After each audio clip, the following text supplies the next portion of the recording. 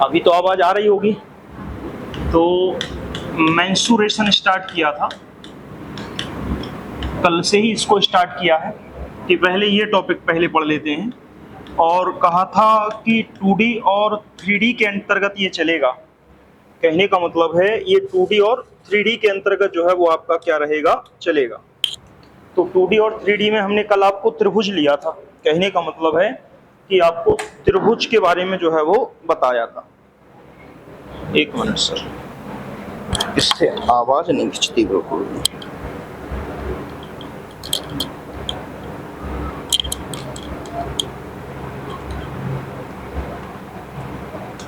देखना, समझना, हमने आपको स्टार्ट किया था मेंसुरेशन में और 2D और 3D में आपको वर्गीकृत किया था और कहा था यहाँ पर हम क्षेत्रफल की बात करेंगे और परिमाप की बात करेंगे।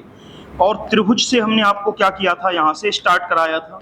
और हमने दो प्रकार के त्रिभुजों के बारे में आपको सवाल भी कराए थे और कंसेप्ट भी समझाया था। एक विषमबाहु त्रिभुज बताया था और एक समकोण त्रिभुज बताया था। लगभग दो त्रिभुजों के बारे में चर्चा हमने आपसे की थी। अब इसके बाद आगे चलेंगे तो आज फिर दो त्रिभुज लेते हैं, एक समद्विबाहु त्रिभुज और एक समबाहु त्रिभुज। तो अब जो चर्चा करेंगे वो समद्विबाहु और समबाहु त्रिभुज की कर लेते हैं। तो सबसे पहले समद्विबाहु त्रिभुज लेते हैं कि समद्विबाहु त्रिभुज की क्या क्या कंडीशन रहेंगी, यानी कि जो आपका समद्विबाहु त्रिभुज रहेगा उस समद्विबाहु त्रिभुज की क्या क्या कंडीशन रहेंगी वो आपको समझना है। तो सबसे पहले समद्विबाहु त्रिभुज ले लेते हैं कि किसको आप समद्विबाहु त्रिभुज कहेंगे। तो पता ही है, जिसकी दो भुजाओं की माप आपस में क्या दी गई हो, बराबर दी गई हो, लेकिन तीसरी भुजा की माप आपस में बराबर ना हो, तो वो त्रिभुज आपका क्या कहलाता है, समद्विबाहु त्रिभुज के नाम से जाना जाता है। तो यहाँ पर अगर कोई कहता है कि ये अगर भुजा, ये मान लिया A है, ये B है और ये C है, तो ये दो भुजाएं AB और AC भुजा आपस में क्या होंगी, बराबर होंगी। और दोनों भुजाएं अगर बराबर होंगी तो यहाँ पर अगर A है माप तो इसका मान भी A होगा, और जो आधार रहेगा उसको हम कोई तीसरा नाम क्या दे देंगे, B दे देंगे। यानी कि इसको हम किसके नाम से जानेंगे, B के नाम से जानेंगे। ये भुजाओं की माप है। अब इसके क्षेत्रफल की बात करें या परिमाप, तो सबसे पहले परिमाप की बात कर लेते हैं कि किसी भी समद्विबाहु त्रिभुज का परिमाप क्या होगा। तो परिमाप का मतलब होता है त्रिभुज की भुजाओं का योग।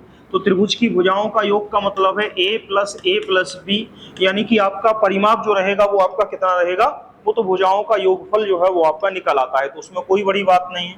फिर इसके बाद बात करते हैं क्षेत्रफल में, इसका क्षेत्रफल क्या होता है। तो समद्विबाहु त्रिभुज का क्षेत्रफल क्या होता है उसको भी समझ लेते हैं। आपको वैसे तो सीधा ही रिजल्ट याद रखना है। सीधा रिजल्ट क्या याद रखोगे, b/4। कहने का मतलब है आपको सीधा ही रिजल्ट याद रखना है, b/4। जहां पर b क्या रहेगा, इसकी आधार की भुजा रहेगी, और 4a² - b², जहां पर a आपकी क्या रहेगी, जो आपस में समान भुजाएं हैं उनकी माप रहेगी।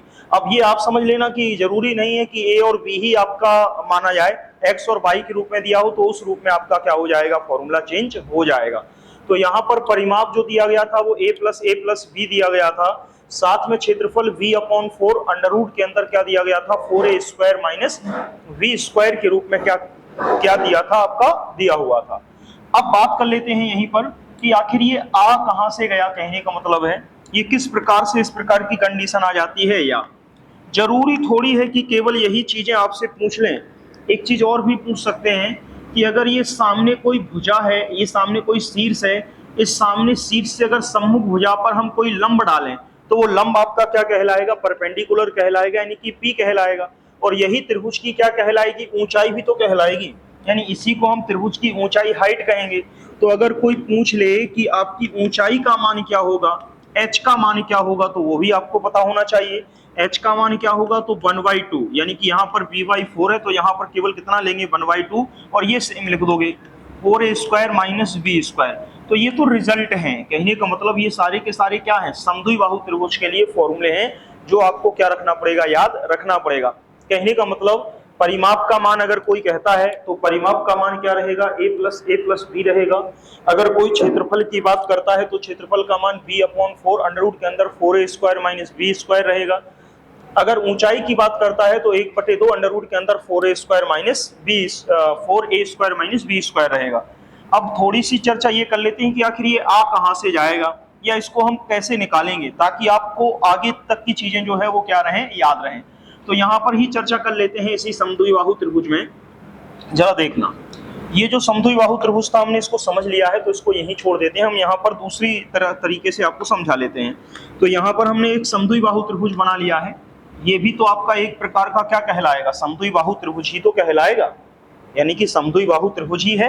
अब अगर ये समद्विबाहु त्रिभुज है तो इसकी भुजा हमने ये क्या मान रखी थी, ऊपर वाले की बी ही तो मान रखी थी, और ये वाली भुजा क्या मान रखी थी, ए मान रखी थी। इसको भी क्या मान रखा था, ए मान रखा था। लेकिन हमने बीच में बताया था कि अगर हम कोई परपेंडिकुलर डाल दें, तो यहाँ पर हमने अगर सपोज दैट यहाँ से इसके शीर्ष से कोई परपेंडिकुलर डाला है, तो वो सामने वाली भुजा पर दो बराबर भागों में क्या करेगा, बांटने का काम करेगा। अब ये दो बराबर भागों में क्यों बांटेगा, ये इसलिए दो बराबर भागों में बांटेगा क्योंकि ये दोनों भुजाओं के मान आपस में क्या दिए गए हैं, बराबर दिए गए हैं, ध्यान रखना। तो जब इन दोनों भुजाओं के मान आपस में बराबर हैं, और यहां से आप जब भी कभी ए से कोई शीर्ष से कोई भी लंब डालेंगे, तो वो सम्मुख भुजा को हमेशा क्या कर देगा, दो बराबर भागों में बांट देगा। अब ये किस में बांट देगा, तो जो पूरी बी है वो हो जाएगी ये इतनी b/2, और ये इतनी कितनी हो जाएगी, b/2 हो जाएगी। अब हमें अगर ऊंचाई का मान चाहिए है, तो हम ऊंचाई का मान कैसे निकालेंगे, हमने थोड़ी देर के लिए इसको h मान लिया है। और जब आप लंब डालोगे तो लंब हमेशा किसी भी भुजा के साथ 90 अंश का क्या बनाता है, कोण बनाता है। एक प्रकार से ये तो क्या बन गया है, अगर आप गौर फरमाएंगे तो ये ए हो गया, ये अगर बी पॉइंट है और ये सी था, बीच में लंब डाला वो डी पॉइंट पर डाला, तो ये पूरा का पूरा ए डी और बी एक प्रकार का क्या बन गया है, समकोण त्रिभुज बन गया है। और समकोण त्रिभुज में फिर वही कंडीशन लागू होती है, कर्ण का स्क्वायर बराबर होता है आधार और लंब के वर्ग के स्क्वायर के योगफल के। तो यहाँ पर कर्ण का स्क्वायर कहने का मतलब है कर्ण का स्क्वायर करोगे और वो बराबर किसका रहेगा, आधार के स्क्वायर के, और प्लस किसके रहेगा, लंब के स्क्वायर के। आधार कर्ण का मान कितना है, ए, तो कहोगे ए का स्क्वायर, आधार आपका कितना दिया गया है b/2, तो उस b/2 का होल स्क्वायर, प्लस लंब कितना दिया गया है h, तो उस h का स्क्वायर। अब इसको सॉल्व कर लेते हैं। इसको आप सॉल्व करेंगे तो कितना रहेगा, b²/4 प्लस ये h² है ही, और ये आपका क्या आ जाएगा, a²। अब यहां से हमें किसका मान चाहिए, हमें h का मान चाहिए, क्योंकि त्रिभुज की, समद्विबाहु त्रिभुज की ऊंचाई पूछी जा रही है। तो h का मान निकालने के लिए क्या करेंगे, हम h का मान निकालने के लिए इस वैल्यू को यहाँ पक्षांतर कर देंगे। तो a² माइनस v²/4 बराबर कितना है, h² के बराबर रहेगा, क्योंकि हमने पूरे v²/4 को इस तरफ भेज दिया। अब इसके नीचे कुछ नहीं तो 1 मानोगे और इसका एलसीएम लोगे तो कितना आएगा, 4 यहाँ आएगा, 1 और 4 का एलसीएम 4, 1 का भाग 4 में दिया, गुणा कितने का करेंगे, 4 का, तो कितना आ जाएगा 4a² माइनस 4 का भाग 4 में दोगे तो 1 का गुणा b² में करोगे तो b², h² बराबर कितना आ गया, 4a² माइनस b² कितना आ गया, 4। अब हमें यहाँ से h की वैल्यू अगर चाहिए है कि भाई h की वैल्यू क्या होगी, तो h की वैल्यू निकालने के लिए इसका स्क्वायर हटाओगे तो ये पूरा का पूरा अंडर रूट किसके ऊपर जाएगा, 4a² माइनस b² और अपॉन 4। अब 4 का वर्गमूल ले लोगे तो 1/2 बाहर आ गया, अंडर रूट में क्या बचा रहा, 4a² माइनस b² जो है वो आपका बचा रहा। तो h का मान ऐसा आप याद रखेंगे रिजल्ट के तौर पर, जब भी कभी समद्विबाहु त्रिभुज की ऊंचाई अगर पूछी जाए तो h का डायरेक्ट मान आप याद रखेंगे 1/2 अंडर रूट के अंदर 4a² माइनस b²। लेकिन अब चूंकि वो अगर क्षेत्रफल पूछ लेता है समद्विबाहु त्रिभुज का, तो समद्विबाहु त्रिभुज के क्षेत्रफल की कहानी समझ लेते हैं। अब देखो जरा, आपके पास समद्विबाहु त्रिभुज की ऊंचाई आ गई है, आधार आपके पास ऑलरेडी दिया गया था b, तो अब हमारा फॉर्मूला क्या रहेगा, 1/2 आधार गुणे ऊंचाई। तो हम क्षेत्रफल निकालने के लिए लेंगे 1/2 बेस इंटू हाइट, यानी कि 1/2 आधार गुणे ऊंचाई, यानी कि या तो आधार गुणे ऊंचाई कर दो या बेस इंटू हाइट, एक ही बात है। अब यहाँ पर आधार का मान कितना है, तो आधार का मान तो वह पूरा b का b रहेगा, तो यहाँ पर 1/2 और हमने b यहाँ पर क्या कर लिया है, गुणा के रूप में क्या कर लिया है, लिख लिया है। और अंदर हाइट का मान अभी निकाल के आए, तो हाइट का मान कितना आया, 1/2 और अंडर रूट के अंदर 4a² माइनस कितना रहा, b² रहा। बात समझ पाए। तो अब यहाँ 1/2 नीचे रहेगा और b ऊपर, तो b/4 और अंडर रूट के अंदर कितना आ जाएगा, 4a² माइनस कितना आ जाएगा, b²। तो यही तो रिजल्ट हमने एरिया में आपको लिखाया है, जरा ध्यान करो, b/4 अंडर रूट के अंदर 4a² माइनस b², और हाइट का मान लिखाया है 1/2 अंडर रूट के अंदर 4a² माइनस b²। यानी कि ये फॉर्मूले निकाले हैं, याद नहीं कराए कि याद करना है, ये फॉर्मूले हमने आपको बताए हैं कि इस प्रकार से क्या कर सकते हैं, इनको निकाल सकते हैं। ठीक है। अब समझते हैं थोड़ा सा, ताकि आप और समझ पाएं और सारी चीजें आपको क्या हो पाए, क्लियर हो पाए। तो कुछ सवाल ले लेते हैं, ताकि उन सवालों के आधार पर आप क्या कर पाएंगे, सवालों के जवाब जो है वो आप दे पाएंगे। ठीक है, तो थोड़ा सा समझ लेते हैं ताकि आप समझ पाए। एक चीज और जरा समझ, एक चीज और ताकि आप समझ पाए। ये तो समद्विबाहु त्रिभुज हो गया। क्या कभी समद्विबाहु समकोण समद्विबाहु त्रिभुज का निर्माण हो सकता?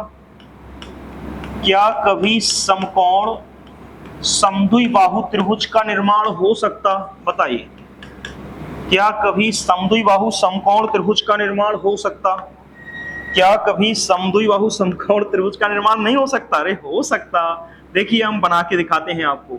समद्विबाहु समकोण त्रिभुज बनाना है। ये एक मिनट हमने यहां पर बना दिया, ये तो यहां पर ये बना दिया। क्या ये बताओ, ये समद्विबाहु समकोण त्रिभुज नहीं है? ये भुजा हमने मान लिया ए बी और सी, ये कोण कितने का मान लिया? 90 अंश का। ये कोई भुजा है आपकी, जो आपकी कर्ण का क्या कर रही है, काम कर रही है। ये लंब का काम कर रही है और ये आधार का काम कर रही है, लेकिन इस भुजा की माप बराबर दी गई है इसके, तो ये समद्विबाहु त्रिभुज होगा और समकोण त्रिभुज भी होगा। तो समकोण समद्विबाहु त्रिभुज भी होगा। अब अगर समकोण समद्विबाहु त्रिभुज होगा तो इसके केस में कंडीशन बदल जाएगी। क्या बदल जाएगी? इसके केस में जो कंडीशन बदल जाएगी, तो इसके केस में कंडीशन क्या लोगे? कहने का मतलब है इसके केस में कंडीशन क्या, इस भुजा की माप भी थोड़ी देर के लिए ए मान लें और इस भुजा की माप भी हम थोड़ी देर के लिए ए मान लें, और ये कर्ण जो है वो कर्ण को आप क्या कहते हो? हाइपोटेनियस, यानी कि इसको आप कर्ण मान लें, कहने का मतलब है एच। तो अब अगर हमसे पूछा जाए कि आपका जो रिलेशन रहेगा क्या रहेगा, तो कहोगे कर्ण का स्क्वायर बराबर आधार का स्क्वायर और प्लस क्या रहेगा? लंब का स्क्वायर। अब हमारे पास आधार कितना दिया है? ए, तो ए का स्क्वायर। लंब कितना दिया? ए, तो ए का स्क्वायर। और कर्ण हमने क्या रखा है? एच, तो एच का स्क्वायर। तो एच स्क्वायर बराबर कितना आ गया? 2a square. तो कर्ण का मान कितना आएगा? √2a square. कहने का मतलब है √2a। तो ध्यान रखना, जब भी कभी अगर आपसे पूछा जाए कि समद्विबाहु समकोण त्रिभुज है, तो समद्विबाहु समकोण त्रिभुज में ए अगर भुजा दी गई होगी, निश्चित सी बात है, तो उसका कर्ण का मान सदैव कितना होगा? √2 इंटू क्या रहेगा? ए रहेगा। बात समझ पाए कि नहीं? जैसे वर्ग के विकर्ण का मान आप निकाल रहे हो, कहने का मतलब ये है। तो आप याद रखेंगे कि जब भी कभी समकोण समद्विबाहु त्रिभुज की बात अगर की जाए तो। अब सवाल लेते हैं कुछ, उन सवालों के आधार पर समझ लेते हैं कि किस प्रकार से इन सवालों को आप लगाएंगे। चलिए, तो ये कंडीशन समझ ली है। अब कंडीशन के आधार पर कुछ सवाल ले लेंगे, समद्विबाहु त्रिभुज के कुछ सवाल ले लेते हैं। चलिए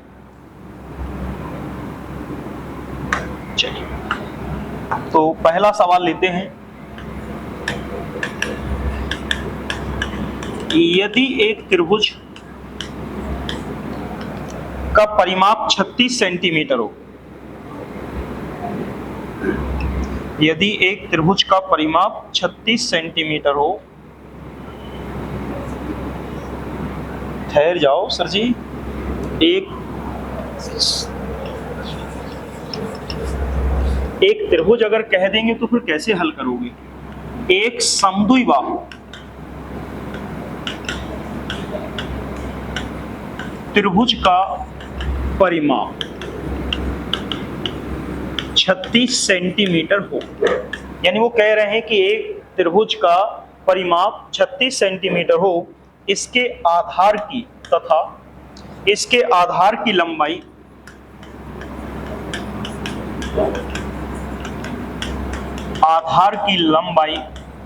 16 सेंटीमीटर हो,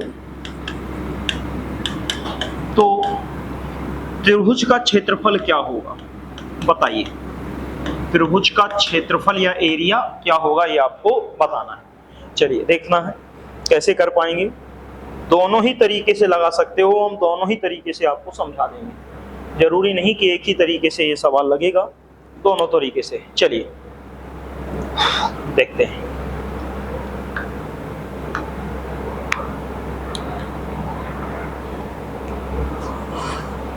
एक मिनट आपको देते ताकि आप प्रयास करें, दूसरे मिनट में हम लगाना स्टार्ट करते हैं। चलिए, तो सबसे पहले उन्होंने कह ही दिया है कि ये समद्विबाहु त्रिभुज है।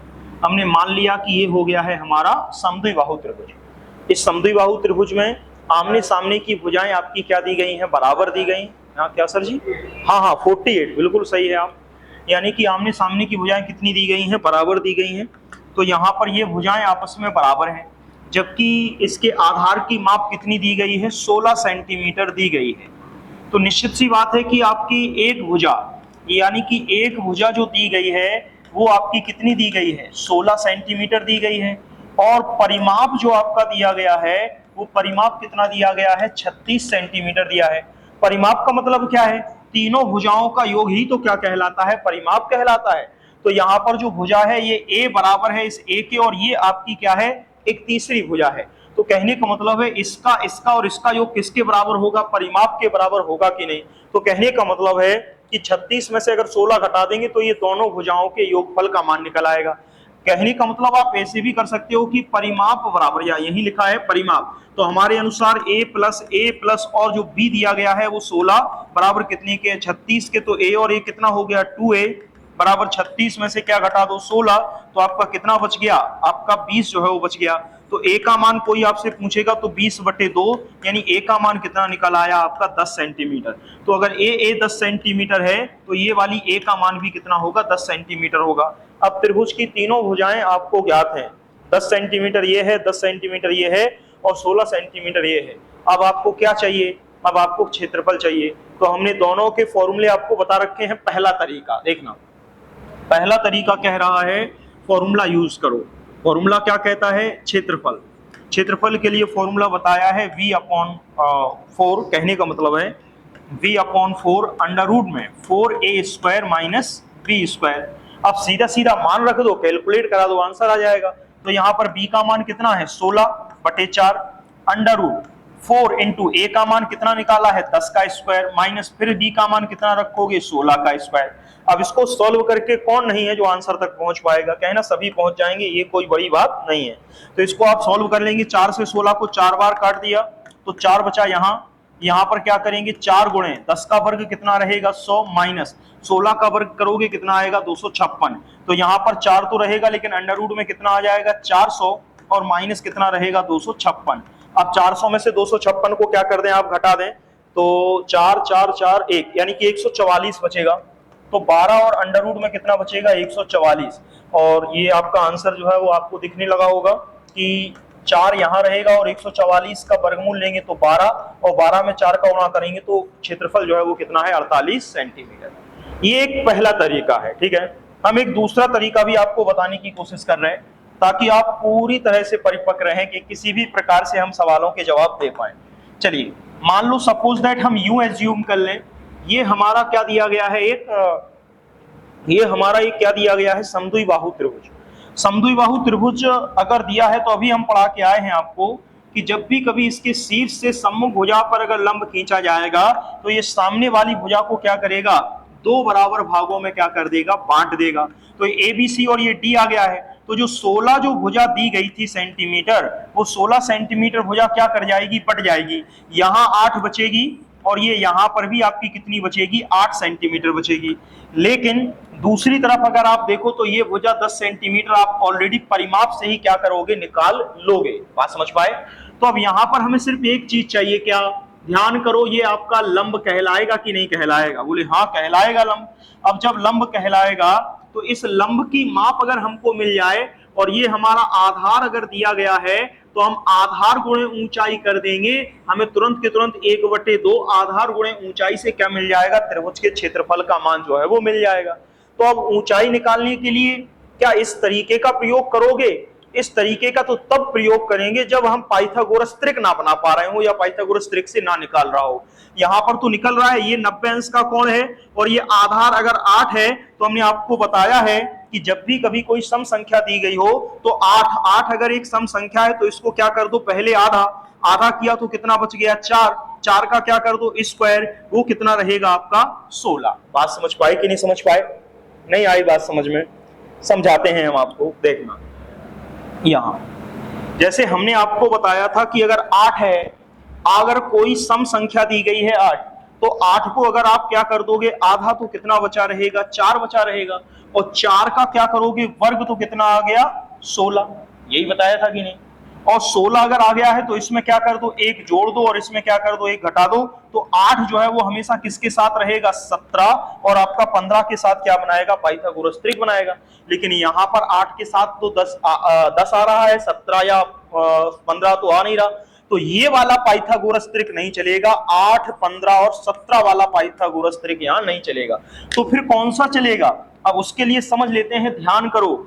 अगर 8 हो और तीसरी भुजा कोई 10 दी गई हो, तो यहां पर जो आपका और जो आपकी संख्या होती थी वो क्या होती थी, या तो आपको पाइथागोरस त्रिक होगा तो सीधा लिख दोगे कि 6 हमेशा 8 और 10 के साथ क्या पाया जाता है, पाइथागोरस त्रिक में पाया जाता है। और अगर भूल गए तो ये कर्ण का स्क्वायर दिया गया है 10 का स्क्वायर, आधार का स्क्वायर दिया गया है 8 का स्क्वायर, 100 में से 64 घटाओगे 36 बचेगा, और 36 का वर्गमूल लोगे तो आपका लंब जो है वो कितना आ जाएगा, 6 आ जाएगा। तो आपका जो लंब निकल आया वो कितना निकल आया, 6।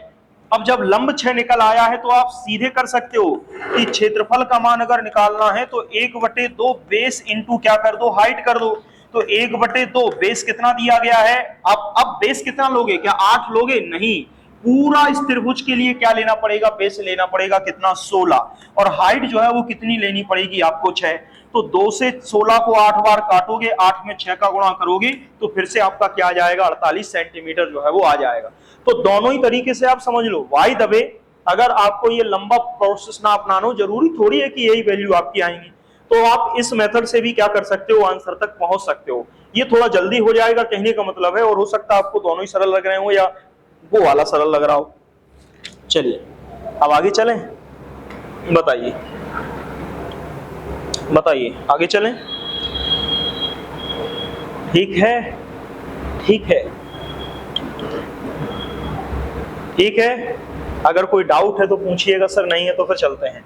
चलिए अब फिर दिया गया है, फिर भैया भी समद्विबाहु त्रिभुज है तो कम से कम 3 सवाल तो 4 सवाल समद्विबाहु पर ले लेंगे।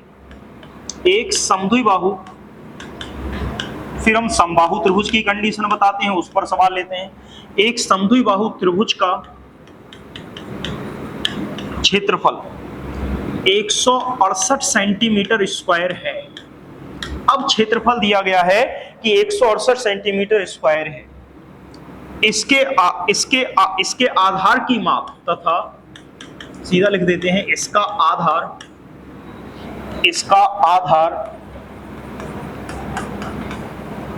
48 सेंटीमीटर है। तो प्रत्येक बराबर भुजाओं की माप ज्ञात कीजिए। तो प्रत्येक बराबर भुजाओं की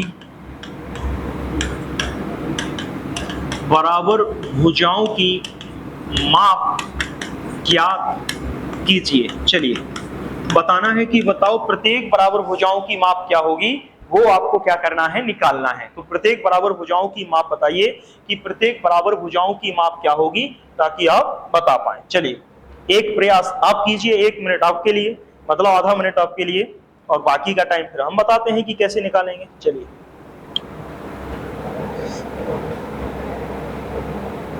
दोनों ही तरीके से सोच लो कि तुम किस तरीके से इसके आंसर तक पहुंच सकते हो। सर दोनों ही तरीके से सोच लो कि तुम किस तरीके से इसके आंसर तक पहुंच सकते हो। एक तरीका हमने फॉर्मूला वाला बताया है और दूसरा तरीका आपको सोच पर आधारित है, ठीक है ना। आप बताइए कि कौन सा तरीका आपका सही है।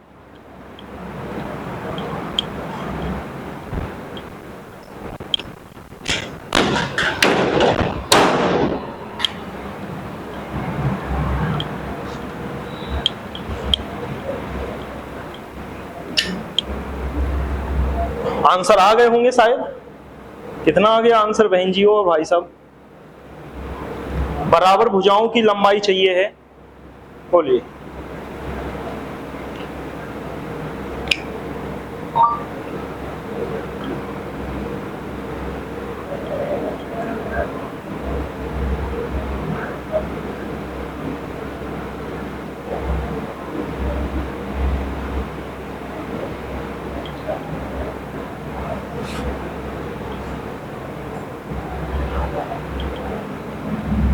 देखना हम बताते हैं। हो गया आपका टाइम ओवर। चलिए किसी ने उत्तर नहीं दिया, क्या बात है। चलिए समद्विबाहु है तो समद्विबाहु का ये रहा चित्र, ठीक है। अब समद्विबाहु का जब चित्र रहा तो समझते हैं कि कहानी क्या है। कहानी ये है कि ये भुजा अगर ए दी गई है तो ये भुजा बी दी गई है, लेकिन हमें क्या दिया, हमें तो त्रिभुज का क्षेत्रफल दे दिया 168 और कह रहे हैं आधार। अच्छा, आधार का मतलब है बी का मान कितना दिया गया है, 48 सेंटीमीटर दिया है। तो बराबर भुजाओं की माप आपसे पूछी गई है कि बराबर भुजाओं की माप बताइए कि बराबर भुजाओं की माप क्या होगी। चलिए समझते हैं ताकि आप समझ पाए। देखना सर, जरा देखना, समझना। तो यहाँ पर समद्विबाहु त्रिभुज का क्षेत्रफल 168 सेंटीमीटर है, इसका आधार 48 सेंटीमीटर है। प्रत्येक बराबर भुजाओं की माप आपको ज्ञात करनी है कि प्रत्येक बराबर भुजाओं की माप क्या होगी, वो आपको क्या करना है, यहाँ पर बताना है। तो समझते चलते हैं सर, और समझाते भी हैं कि किस प्रकार से जो है वो आप आंसर तक पहुंचेंगे। समझना, अभी हमने फॉर्मूला बताया तो पहले फॉर्मूला पर बताते हैं। तो एरिया का फॉर्मूला भी क्या बता रखे हैं आपको, v/4 अंडर रूट के अंदर 4a² माइनस v², यही तो बताए हैं, ध्यान करो। यही बताए हैं कि नहीं बताए हैं, बताओ। यही बताए हैं।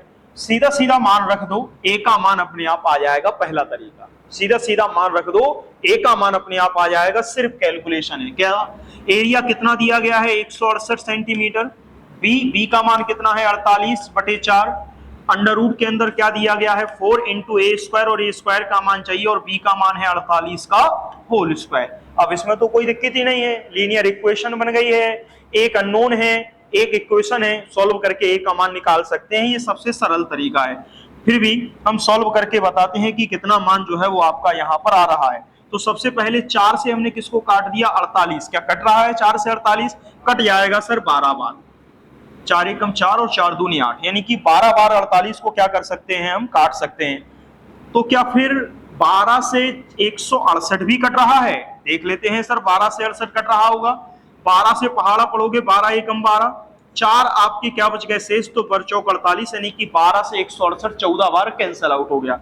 तो यहाँ सिर्फ कितना बचा है, 14, और बराबर में ये सब कैंसिल आउट हो गया। अंडर रूट के अंदर कितना बचा रहा, 4a² माइनस 48 का भी होल स्क्वायर, ऐसा ही लिखा रहने देते हैं। अब कहानी अंडर रूट है, इसको हटाने के लिए हमारे पास एक ही तरीका होता है, दोनों तरफ वर्ग कर दो। तो दोनों तरफ अगर हम वर्ग करेंगे, स्क्वायर बोथ द साइड, यानी कि दोनों पक्षों का वर्ग करने पर, तो ये आपका क्या हो जाएगा, 14 का वर्ग, और ये किस क्या हो जाएगा, इसका वर्ग। तो इस वर्ग से रूट कट जाएगा और 14 का स्क्वायर जो है वो आपका क्या हो जाएगा, 196। तो यहाँ पर सीधा हम लिख दें, कोई दिक्कत तो नहीं, इतना तो आप समझ रहे होंगे। 14 का वर्ग 196 लिख दिया, बराबर ये रूट से स्क्वायर कैंसल आउट है, तो 4a² माइनस कितना आ गया यहाँ, 48 का होल स्क्वायर जो है वो आपका आ गया। अब ये तो सिंपल है, 48 का वर्ग निकाल दो। अब याद तो किसी को रहता नहीं है कि भाई जरूरी थोड़ी है कि सब किसी को 48 का वर्ग याद हो। तो जब 48 वगैरह इस प्रकार की कोई संख्याओं का वर्ग आपसे निकलवाए, तो आप a प्लस बी के होल स्क्वायर के फॉर्मूले का थोड़ा यूज करना। कैसे, इसको 20 से डिवाइड किया, a हो गया a हो गया b। समझना, किसी भी संख्या का वर्ग निकालना है, उसको 20 से डिवाइड कर लिया, पहला अंक मान लिया a और दूसरा अंक मान लिया b। यहां करेंगे b का स्क्वायर, ध्यान करो फॉर्मूला क्या होता है, a² प्लस 2ab और प्लस क्या होता है, b²। तो सबसे पहले b² का मतलब क्या है, 8 का स्क्वायर। 8 का स्क्वायर कितना आएगा, 64। 64 का 4 लिख लो, 6 कहां ले जाओ, 2ab के ऊपर हासिल के रूप में। अब इसके बाद 2 इंटू a इंटू b का मतलब है 2 गुणे 4 गुणे 8, तो कर दो 8 गुणे 4 32 और 32 गुणे 4 64। बात समझ पाए। और 64 में 6 हासिल जोड़ना है, तो 64 में 6 हासिल जोड़ दो। बात समझ पा रहे कि नहीं। तो 64 में आप 6 हासिल जोड़ोगे, तो 64 में जब 6 हासिल जोड़ोगे तो कितना हो जाएगा, 70। 70 का 0 7 आपका a के स्क्वायर के ऊपर फिर कैरी आ गया। अब a का स्क्वायर यानी 4 का स्क्वायर, 4 का स्क्वायर 16, 16 में क्या जोड़ देना है, केवल 7। तो 16 में 7 जोड़ोगे, तो 16 में 7 जोड़ोगे तो 23, यानी कि 48 का स्क्वायर कितना आएगा, 2304 आएगा। याद कर सकते हो तो कर लो, पर इतना याद तो हमें भी नहीं रहता। सही बात तो ये है, बार बार सवाल लगाओगे तो शायद याद हो जाए, पर आप तुरंत के तुरंत a प्लस बी के होल स्क्वायर वाले फॉर्मूले से किसी का भी स्क्वायर निकाल सकते हो। कहीं कोई डाउट हो आप पूछ सकते हो हमसे। तो 48 का स्क्वायर सीधा, और अगर ये नहीं आया समझ में तो 55 का मेथड तो है ही, 48 गुणा 48, ये तो कोई आपसे रोक ही नहीं सकता कराने से। कहने का मतलब है ये तो तुरंत कर ही दोगे आप। और फिर भी अगर इससे निकालोगे तो इससे भी आ जाएगा। अभी लग रहा होगा पहली बार कि इससे देर में निकलता है, पर जल्दी शायद इसी से निकलता है। चलिए 48 का वर्ग किया तो कितना आ गया, 2304। यहाँ पर 4a² दिया है और बराबर में क्या दिया गया है, 196। अब क्या करें, 2304 है तो इस तरफ भेज दो 196 के पास, तो 196 था प्लस 2304 आ गया, तो बराबर में क्या बच गया 4a² ही तो बच गया। अब इसको जोड़ दो, जोड़ोगे प्रभु तो 6 4 10 हो गया, 9 और 1 10 हो गया, और आपका 3 और ये 4 1 5 हो गया और 2 हो गया। अब आपके दिमाग से थोड़ी, हमें अपने दिमाग से भी तो कैलकुलेशन करनी पड़ती है। चलिए, तो कितना आ गया 2500 बराबर 4a²। सीधा सीधा आप चाहो तो काट सकते हो, कहने का मतलब है, और अगर वर्गमूल निकालना है तो वर्गमूल निकालो, जैसे चाहो वैसे आंसर निकाल लो। भाई 4 से या तो 2500 को काट दो, कहने का मतलब है 4 को या तो 2500 को क्या कर दो, काट दो, और फिर वर्ग निकाल लो। और अगर नहीं तो a² बराबर आप चाहेंगे तो भी आ जाएगा, ये 2500 बटे कितना आ गया 4, और फिर a हटाओगे, स्क्वायर हटाओगे तो इसका क्या ले लो वर्गमूल, तो 2500 का वर्गमूल कितना आएगा 50, और 4 का वर्गमूल आएगा 2, 2 से 25 को काट दिया, 2 से 50 को काट दिया 25 बार, तो a का मान कितना आ गया 25, और यही भुजा का मान आपसे क्या है निकलवा रहा है। तो देखो कैलकुलेशन आपके ऊपर डिपेंड करती है, कैलकुलेशन आपके ऊपर डिपेंड करती है कि आप उसको किस तरीके से कितनी जल्दी कर सकते हैं। बाकी कंसेप्ट हम आपको सारे बता देंगे। कैलकुलेशन आप जितनी करोगे, जितनी जल्दी करोगे, वो आपके ही फायदे के लिए होगी, पेपर में आप उतनी जल्दी विकल्प तक पहुंच जाओगे। अब हम इसका ही दूसरा तरीका निकालते हैं, देखना ठीक है ना, हम दोनों तरीके साथ लेके चल रहे हैं, लेकिन जरूरी नहीं कि हर सवालों में ये लगे, लेकिन अधिकतर सवालों में ये लग जाएगा। देखना कैसे, हम a का मान यहां सीधे लिख दें कि a का मान कितना आ गया हमारा 25 निकल आया, ठीक है। अब हम दूसरी तरफ लेते हैं अल्टरनेट मेथड। अल्टरनेट मेथड क्या कहता है, अल्टरनेट मेथड लिया फिर वही कि ये हमने क्या मान लिया है, ये हमने एक प्रकार से क्या मान लिया है, एक समद्विबाहु त्रिभुज मान लिया है। समद्विबाहु त्रिभुज के लिए कंडीशन फिर वही कि जब भी हम यहाँ पर सामने वाली भुजा पर लंब डालेंगे तो ये दो बराबर भागों में इसको क्या कर रहा होगा, बांट रहा होगा। तो हमने लंब डाला, ये दो बराबर भागों में बांट दिया। कुल आधार कितना था 48 सेंटीमीटर था। तो अगर ये हम मान लें ये ए है, ये बी है, ये सी है और ये बिंदु डी है, तो ये 20 से जब लंब डालेंगे तो ये इसको दो बराबर भागों में बांट देगा कि नहीं, तो 48 का कितना आ जाएगा, ये 24 आ जाएगा और ये 24 आ जाएगा। बात समझ पा रहे कि नहीं समझ पा रहे, इतनी बातें तो समझ में आ रही होंगी कि यहां से यहां तक की वैल्यू 24 है, तो यहां से यहां तक की वैल्यू 24 होगी। ये भुजा हमें ए चाहिए है, ये ए का माप हमें क्या करना है, निकालना है। बात समझ पाए कि नहीं। अब समद्विबाहु त्रिभुज का क्षेत्रफल दिया गया है 168 सेंटीमीटर। अब देखना कैसे निकालोगे। किसी भी त्रिभुज का एक जनरल फॉर्मूला तो हमें पता ही है कि किसी भी त्रिभुज का जनरल फॉर्मूला होता है कि क्षेत्रफल अगर निकालना है तो 1/2 और बेस यानी कि आधार और हाइट यानी कि ऊंचाई, यानी कि बेस इंटू हाइट हम कर ही देंगे। तो यहाँ पर 1/2 बेस कितना दिया गया है, बेस दिया गया है पूरा का पूरा 48 इंटू हाइट कितनी दी गई है वो हमें निकालना है। भाई हाइट तो निकालना है, हाइट निकल आएगा तो हम पाइथागोरस प्रमेय से तुरंत a का मान निकाल लेंगे, भुजा का मान निकाल लेंगे। तो यहाँ पर क्षेत्रफल कितना है 168 जो है वो आपका क्षेत्रफल जैसा दिया था वैसा रख दिया। अब इसको आप सॉल्व करो और h का मान निकालो। तो सॉल्व कर लेते हैं। 2 से सबसे पहले किसको काट दिया 48 को, तो कितनी बार कटा 24 बार। क्या 24 से 168 जो है वो आपका कैंसल आउट हो रहा है, कितनी बार 7 बार। काट के देख लो, 24 का पहाड़ा पढ़ोगे तो 7 बार ये कैंसल आउट हो जाएगा। और नहीं आता 24 का पहाड़ा तो पहले 2 से काटो, फिर सरल बचेगा तो पहाड़ा दे ले, भाग दे देना। तो ये 7 बार कटेगा तो h का मान कितना आ गया 7। h का मान कितना आ गया 7। अब h का मान अगर 7 है, अब देखना यहीं से आंसर निकाल लोगे। h का मान अगर 7 है, कहने का मतलब ये दिया गया है h का मान 7, और ये अब ये आधी भुजा जो दी गई है उसका यूज करेंगे। ये कितनी दी गई है 24, तो ये अगर 7 है ये 24 है तो तीसरी भुजा का मान क्या आ जाएगा वो आपको बताना है। तो दो टाइप बताए थे, या तो पाइथागोरस त्रिक बताओ। 7 हमेशा 24 और 25 के साथ क्या पाया जाएगा, पाइथागोरस त्रिक में पाया जाएगा। कैसे, अगर कोई विषम संख्या है तो हमने कहा था विषम संख्या का पहले वर्ग कर दो तो कितना आएगा 49। 49 में किसका भाग दे दो, 2 का भाग दे दो। तो जब 2 का भाग दोगे तो ये कितनी बार जाएगा 24.5। एक बार इसको पूरा कर दो 25 और एक बार इसको अधूरा कर दो कितना 24। तो ये 24 और 25 के साथ 7 हमेशा क्या बनाएगा, पाइथागोरस त्रिक बनाएगा। तो आपका एक 25 होगी संख्या और एक 24। 24 ऑलरेडी यहाँ आधार में है, तो जो आपका विकर्ण होगा वो कितना होगा 25, और यही a का मान हमें चाहिए है, तो भुजा का मान कितना आ जाएगा 25। बात समझ पा रहे कि नहीं। देखो ये थोड़ा हार्ड वर्क का है, ये थोड़ा स्मार्ट वर्क का है और कुछ नहीं। इसमें शायद कम टाइम लगेगा, इसमें शायद ज्यादा लगेगा थोड़ा सा, ठीक है ना। बात समझ पा रहे अथवा नहीं समझ पा रहे बताते चलो हमें। बोलिए सर। बताइए, अगर कोई डाउट है तो पूछिए, और नहीं तो फिर आगे चलें। बोलो बोलो सर, बात समझ में आ रही? अगर नहीं तो आगे चलें। बोलिए बोलिए सर। ठीक है, हो जाएगा सभी लोग। ठीक है, तो एक सवाल और ले लेते हैं। चलिए, एक समद्विबाहु, इसका आंसर आपसे चाहिए।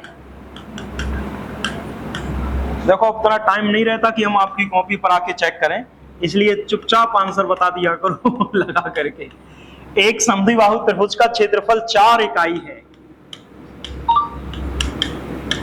4 इकाई है। अब फॉर्मूला से तो निकाल लोगे आप, समझ रहे ना? तो दूसरे तरीके से इसको लगा के दिखाओ कि कैसे निकालोगे आंसर।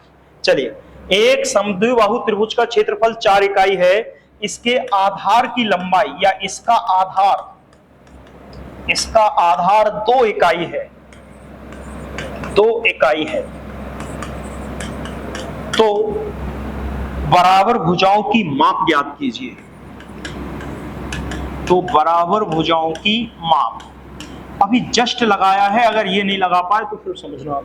बराबर भुजाओं की माप बताओ। चलिए, ये तो लग ही जाना चाहिए आपसे। चलिए बताइए, लिख लीजिए और आप सवाल लगाइए जब तक हम और सवाल ला रहे हैं।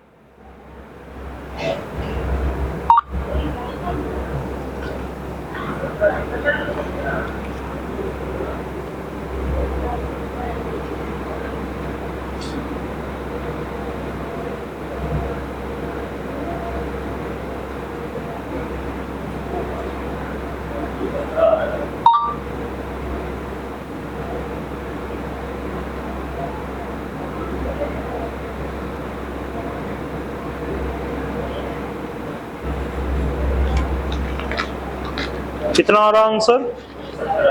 √17। सभी का कि कुछ कुछ लोगों का? बोलो,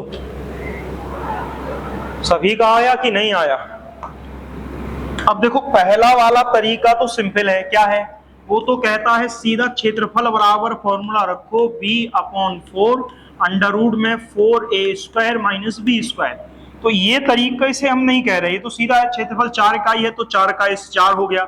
क्षेत्रफल 4 इकाई तो 4 हो गया। b का मान कितना दिया गया है? तो आधार 2 दिया है बटे 4 अंडर रूट में 4a का स्क्वायर हमें निकालना है, और b का मान 2 का स्क्वायर। तो सॉल्व करके सीधा a का मान आप चाहो तो यहां से निकाल सकते हो, कोई मना ही नहीं है कि नहीं नहीं नहीं हम तो उसी से निकाल के दिखाएंगे और फंसे पड़े पेपर में आंसर भी नहीं निकल रहा है। कहने का मतलब है आप चाहो तो इससे भी निकाल सकते हो, तो और आसान है। 2 से 2 को काट दिया 4, इसका इसमें गुणा कर दिया तो 8, लेकिन फिर वर्गमूल कहां से निकलेगा? इसलिए अभी चुपचाप रहो, नहीं कर रहे हैं। कहने का मतलब है अगर इसको आप सॉल्व करोगे तो काट दिया हमने, सपोज 2 से ये काट दिया, और अब ये बच गया तो ये 8 बच गया, और ये अंडर रूट में क्या आ गया है? 4a² - 2² आ गया है। तो वर्ग कर दो तो ये कितना आएगा? 64, और ये आएगा 4a² - 2 का स्क्वायर 4। इस तरफ भेजोगे तो 64 में 4 जोड़ दोगे तो 68 बराबर कितना आ जाएगा? 4a²। ए से ये कितनी बार कट जाएगा? 17। तो a² बराबर 17, तो a का मान कितना आ गया? Under root 17। तो फॉर्मूले से तो डायरेक्ट निकाल लिया, कोई दिक्कत नहीं है। आप चाहो तो उससे भी निकाल सकते हो। कहने का मतलब है इस वाले तरीके से कि अगर दो भुजाओं की माप जो है वो आपकी इस प्रकार से दी गई है, दो भुजाओं की माप इक्वल है और एक तीसरा लंब जो है वो परपेंडिकुलर दिया गया है, तो यहाँ पर अगर क्षेत्रफल 4 इकाई है तो ये आपका क्या होगा? बेस। बेस का मतलब है 2, ऊंचाई हमें चाहिए है, तो हम क्या कहेंगे? क्षेत्रफल यानी कि 4 इकाई बराबर 1/2 इंटू बेस। बेस का मतलब 2 इंटू हाइट का मतलब h का मान चाहिए। 2 से 2 कट गया तो h का मान कितना आ गया? 4 आ गया कि नहीं आ गया? तो यहाँ h का मान 4 आ गया है। अब लंब आपका 4 आ गया है। ये जो लंब है इसको 2 बराबर भागों में बांटेगा तो ये आधार कितना हो गया छोटे वाले त्रिभुज के लिए? 1। तो h 4 है और ये 1 है, तो आप क्या विकर्ण नहीं निकाल पाओगे? 4 का स्क्वायर 16 प्लस 1 का स्क्वायर 1, तो अंडर रूट 17। तो आपका क्या आ जाएगा? सीधा सीधा आंसर जो है वो आ जाएगा। आप दोनों तरीके से लगाओगे, दोनों से जल्दी आंसर जो है वो निकल के आएंगे। चलिए एक सवाल और लेते हैं समद्विबाहु त्रिभुज पर ही। बताइए, एक समद्विबाहु समकोण त्रिभुज का समकोण त्रिभुज का परिमाप 4+4√2 है। ये करणी नहीं है, ये मल्टीप्लाई में है 4 के, ठीक है ना। ये करणी नहीं है, ये मल्टीप्लाई में है, 4√2 मल्टीप्लाई में है आपस में। तो बताइए इसका कर्ण क्या होगा। परिमाप इतना दिया गया है तो इसका कर्ण क्या होगा, यानी कर्ण की माप पूछी है, बताओ। चलिए 1 मिनट आपके लिए लगाओ जोर आप दिमाग पर, दूसरे मिनट हम आपको बताते हैं। चलिए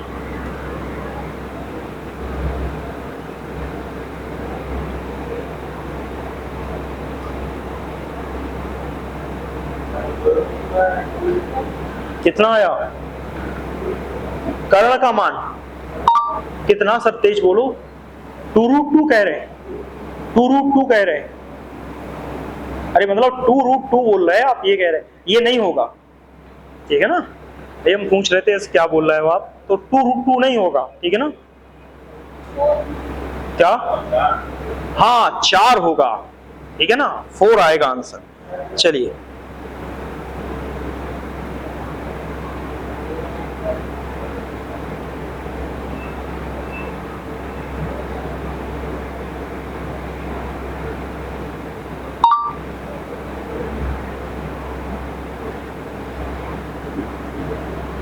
चलिए देखना, हम बताते हैं आपको, समझना।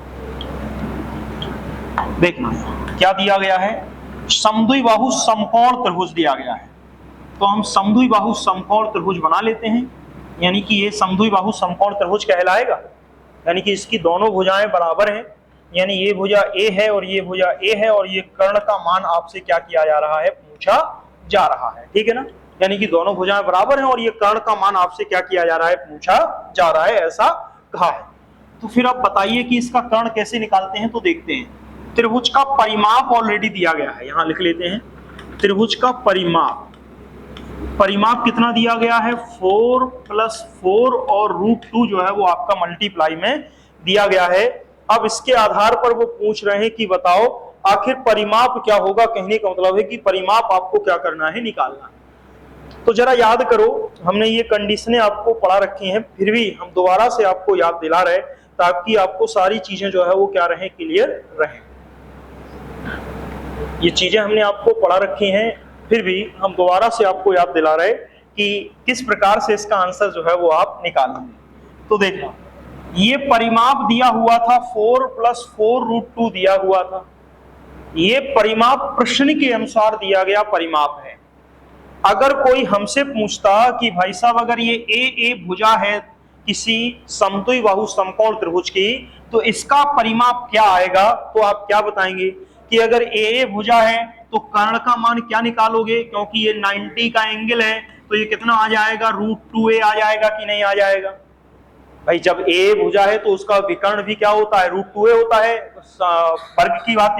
तो हमारे अनुसार जो परिमाप होगा वो कितना होगा, a+a+√2a, यही तो होगा। इसको हम कैसे लिख सकते हैं, हम लिख सकते हैं 2a+√2 × a। बात समझ पाए कि नहीं। और इसको हम चाहें तो क्या ले लो, आप कॉमन ले लो, कहने का मतलब है तो कॉमन लेके रख लो, या ऐसा ही लिखा रहने दो तो भी चलेगा, कॉमन लेके रख लो तो भी चलेगा। हमने इसको लो कॉमन ले लिया, a को कॉमन लिया तो अंदर क्या बच गया, 2+√2 जो है वो आपका क्या है, यहाँ पर बचा है। अब ये परिमाप हमारे अनुसार है और ये परिमाप प्रश्न के अनुसार है। हम इसको इसके क्या रख सकते हैं, बराबर रख सकते हैं। तो हम यहाँ पर जब बराबर रखेंगे तो हमारे अनुसार जो परिमाप है वो a × 2+√2 है, और ये बराबर दिया है किसके, 4+4√2 के क्या दिया गया है, बराबर दिया गया है। बात समझ पाए। तो यहां से अगर आप चाहें तो मान निकाल सकते हैं क्या, यहां पर आप देखेंगे 4 में से आप देखेंगे 2 और 2 क्या निकाल लिया आपने कॉमन, तो पूरा 4 कॉमन नहीं आएगा। कहने का मतलब है पूरा अगर 4 आप कॉमन लेंगे तो पूरा 4 थोड़ी ना कॉमन आ रहा है, कहने का मतलब ये है, ठीक है ना।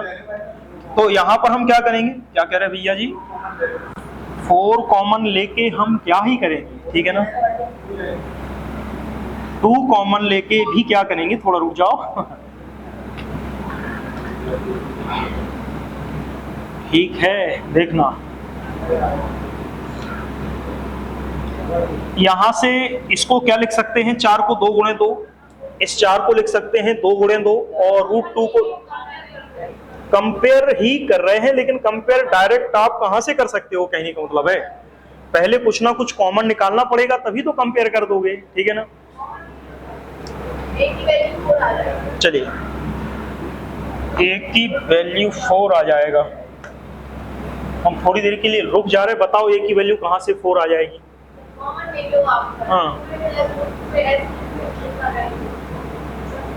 हाँ तो भी कहां से आ जाएगी बहन जी,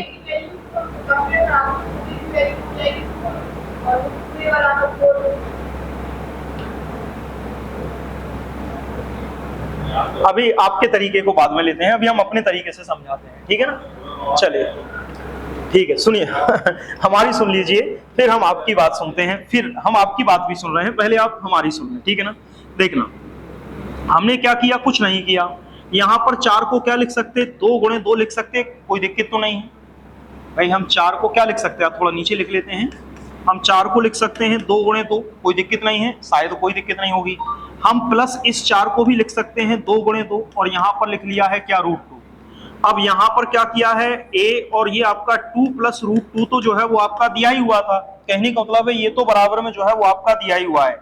अब हम बाहर क्या निकालेंगे, हम बाहर पूरा नहीं निकालेंगे, हम 2√2 कॉमन लेंगे। अब 2√2 कॉमन लोगे तो यहां से कहां से 2√2 कॉमन आ जाएगा, तो हम कहेंगे 2 तो है, लेकिन हम 2 को √2 इज मल्टीप्लाई बाई √2 के रूप में लिख सकते, और प्लस 2 इंटू √2 दिया ही है।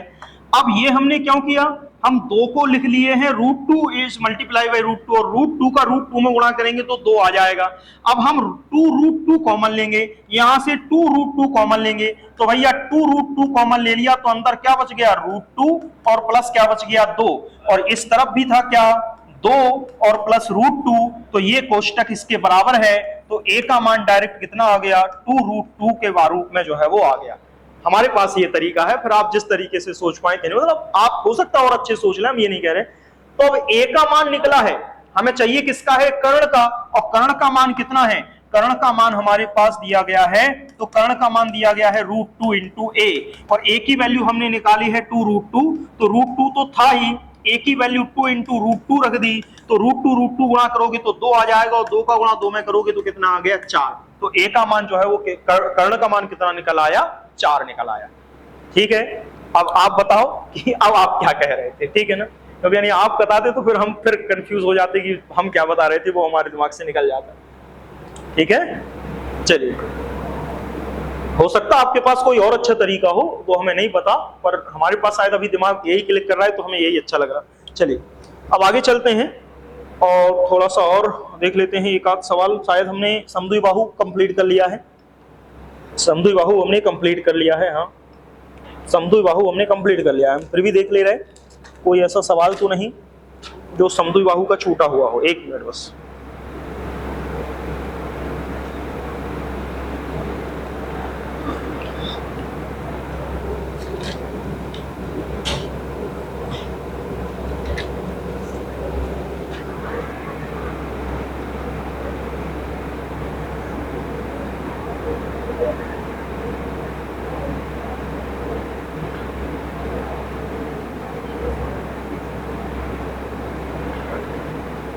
ठीक है, ये तो हो गए सर, समद्विबाहु तो हो गए। अब समबाहु और पढ़े, समबाहु और पढ़ लें, कंडीशन पढ़ा दें, तो कंडीशन आप डाइजेस्ट करना, कल इसके सवाल करा लेंगे, ठीक है ना। देखना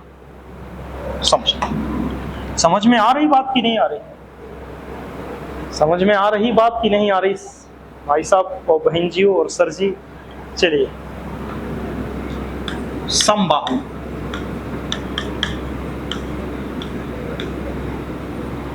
समबाहु की बात करते हैं, तो समबाहु के बारे में सिंपल सी प्रोसेस पता ही है आपको कि इस त्रिभुज को आप क्या कहेंगे, जिसकी समस्त भुजाओं के मान आपस में बराबर हो, वो आपका क्या कहलाता है, समबाहु कहलाता है। तो यहाँ पर ये a है, ये a है और ये a है, तो ये सारा का सारा क्या कहलाएगा, समद्विबाहु जो है वो आपका कहलाएगा।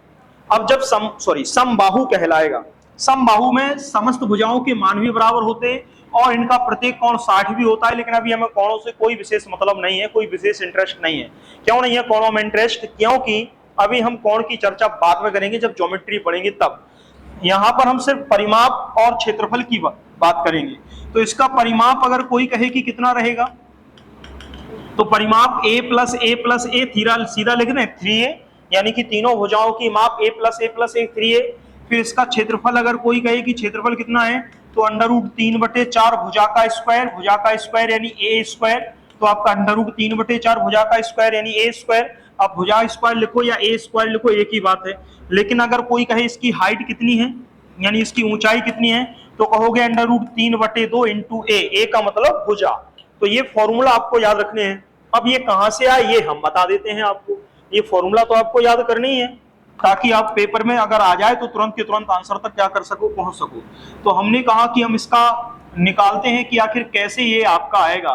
तो ये समबाहु त्रिभुज है, ये समबाहु त्रिभुज है। हम समबाहु त्रिभुज को भी तो क्या कर सकते हैं, सामने वाली भुजा से एक परपेंडिकुलर खींच सकते हैं। तो हमने यहां से एक परपेंडिकुलर खींचा है, तो ये समबाहु त्रिभुज को क्या करेगा, दो बराबर भागों में सामने वाली भुजा को बांटेगा कि नहीं। अगर ये ए है, ये बी है और ये सी है, और सामने वाली भुजा डी पर हमने लंब खींचा है, तो ये इसको दो बराबर भागों में क्या करेगा, काटने का क्या करेगा, काम करेगा। अगर इसकी भुजा की माप ये ए थी, तो ये पूरी की पूरी अगर ए थी, तो ये दो बराबर भागों में अगर बट जाएगी, तो दो बराबर भागों में बटेगी, तो यहां से यहां तक की भुजा a/2 और यहां से यहां तक की भुजा क्या हो जाएगी, a/2 हो जाएगी कि नहीं हो जाएगी।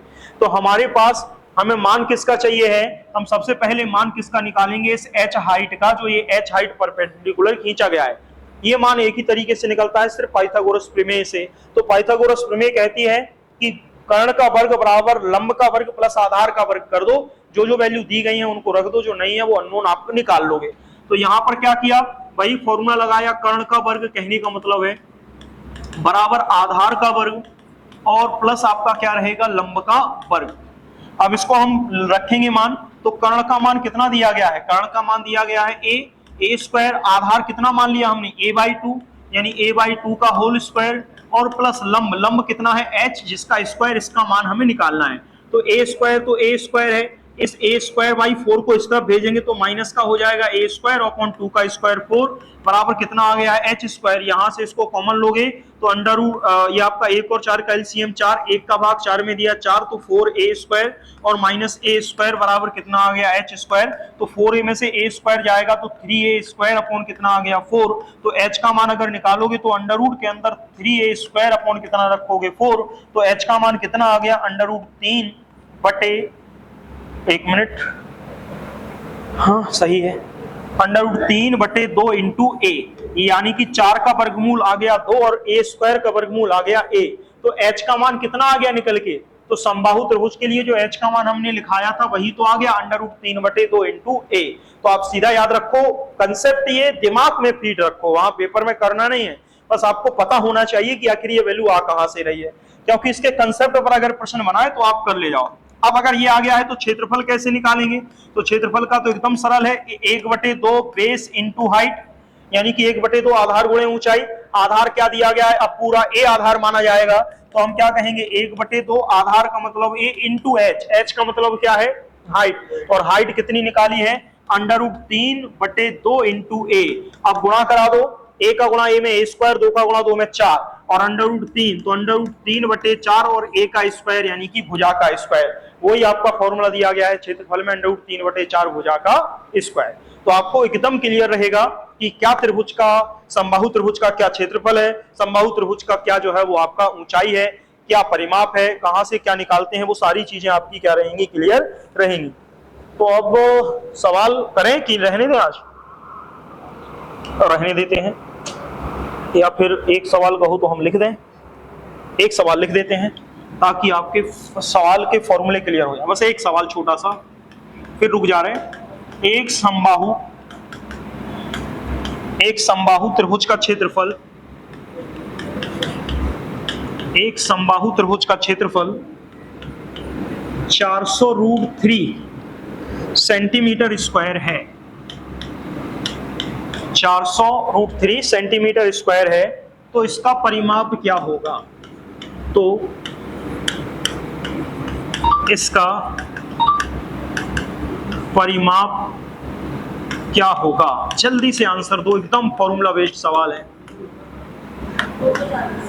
देखो बहन जी ने क्या उत्तर दिया है, कितना आया? 120 आएगा, ठीक है। हाँ बस वो मल्टीप्लाई, कोई बात नहीं, इतना चलता है।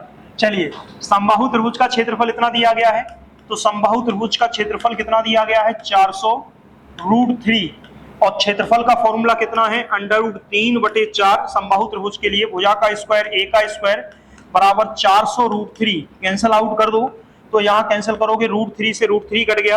ए स्क्वायर बराबर क्या कहोगे? 4 × 400, तो ए स्क्वायर बराबर आ गया 400 × 4। अब गुणा करना कर लो, नहीं करना सीधा स्क्वायर को हटाओगे तो रूट ले लो। तो यहाँ जब इसका रूट लोगे तो 400 × 4, तो 400 का वर्गमूल लोगे तो 20, और 2 का लोगे तो 4 का लोगे तो 2, तो कितना आ गया? ए का मान 40। तो ए का मान अगर 40 आया है तो परिमाप चाहिए है। ए का मान 40 आया है तो परिमाप चाहिए। परिमाप होता है 3 × a, और 3 × a का मान 40, तो गुणा कराओ दोगे 4 × 3 = 12, तो परिमाप का मान कितना आ गया? 120। आज समझ पाए कि नहीं बोलो? चलिए अब रुक जाते हैं, इसके बाकी के सवाल कल करा लें, ठीक है ना।